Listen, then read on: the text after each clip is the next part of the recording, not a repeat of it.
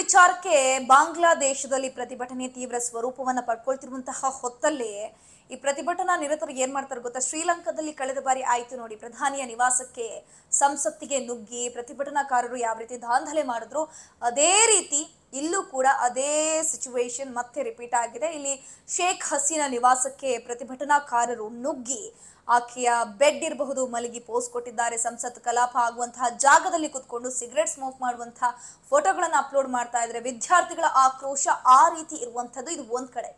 ಸದ್ಯಕ್ಕೆ ಪ್ರಧಾನಿ ಹುದ್ದೆಗೆ ರಾಜೀನಾಮೆಯನ್ನು ಕೊಟ್ಟು ಈಗ ಬಾಂಗ್ಲಾದೇಶದಿಂದ ಪ್ರಧಾನಿಯಾಗಿದ್ದಂತಹ ಶೇಖ್ ಹಸೀನಾ ಪಲಾಯನ ಮಾಡಿದ್ದಾರೆ.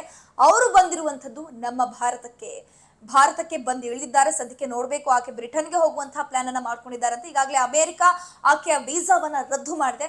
ಸದ್ಯಕ್ಕೆ ಈಕೆ ಭಾರತದಲ್ಲೇ ಇರ್ತಾರಾ ಅಥವಾ ಬೇರೆ ಯಾವುದಾದ್ರೂ ದೇಶಕ್ಕೆ ಪಲಾಯನ ಮಾಡ್ತಾರಾ ಅನ್ನುವಂಥದ್ದನ್ನ ಕಾದು ನೋಡ್ಬೇಕಾಗುತ್ತೆ.